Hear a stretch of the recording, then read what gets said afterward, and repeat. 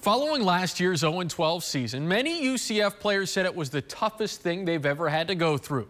For some perspective, they may want to look to their teammate Rory Coleman, an Army vet and Purple Heart recipient. Sergeant Rory Coleman's scars serve as a daily reminder of his journey from the gridiron to the battlefield, back to the gridiron. You can love this game, and this game can be a vehicle to do the things you want to do, but you have to have a foundation as a human being first. You can't just put that off to the side and say, I'll get to it later. That advice came from Coleman's grandfather, Bill Coleman, an Army veteran who parachuted into France on D-Day. So after Rory's final game at Lake Brantley, he decided to follow in his grandfather's footsteps and enrolled in the Army as a medic. I wanted to help other people. I didn't necessarily want to, like I said, do the fighting. Yeah. And, I played offensive line in high school, so I was already in that mindset, protect the quarterback, protect the quarterback. And for me, that kind of translated in protect the guy to my left and my right. Little did Coleman know the soldier he would have to protect was himself. 2 weeks before wrapping up a year-long deployment in Afghanistan, his counter-IED platoon ran into trouble. We had been fighting for a good bit of the later in the day, and we'd kind of pushed these guys back, and there'd been a lull in the action, but we actually stumbled upon their hiding spot, which was in a basement. So there was about 3 of them in the basement, and then one came running out, and then he had dropped the grenade next to him. It went off, and then I was just laying on the ground like, okay, I'm okay. And I go to sit up, I can't. I go to lean over, push off with my hand, I can't. And I said, oh boy, I might be in trouble. And then that's when the blood started coming down from my forehead, and I said, all right, I'm definitely in trouble. With major injuries all over his body, Coleman walked a fellow soldier through the process of treating his wounds. It's literally from head to toe.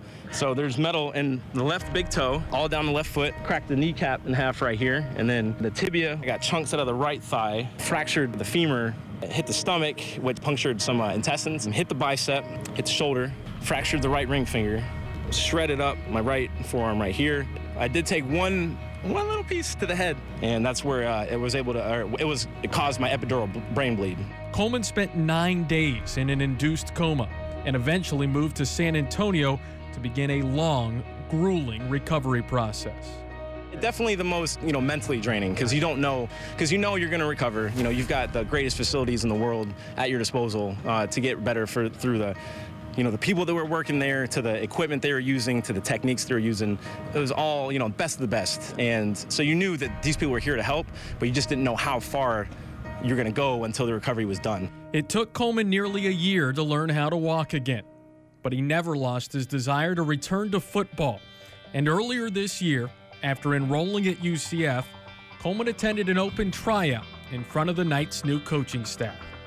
He was one that stood out, just mostly on size and athletic ability and things like that. And then kind of started getting to talk to him, learn a little bit of his background, and you really blew your socks off. Hey, here's a guy that's been through so much and done so much for our country already, and he wants to come out here and work with these guys. Coach Frost, he brought me on board, and I can't be more grateful that he provided me this opportunity. So I'm going to take this opportunity, I'm going to run with it, and do my best to make this team, and make these guys better as a whole. Leadership and maturity isn't the only thing Coleman brought to the UCF football team. The last thing the Knights do before they leave the locker room and head to the field is a ritual that Coleman has brought with him from the Army.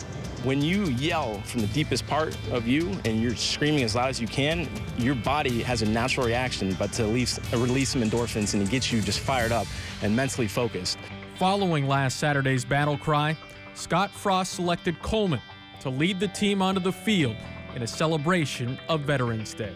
What an incredible experience it is, here at UCF to, go run out with that flag and lead these awesome guys onto the field.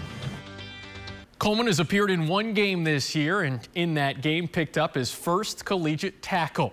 Off the field, he's currently majoring in psychology and told me he hopes to continue serving our country in the future as part of a federal agency.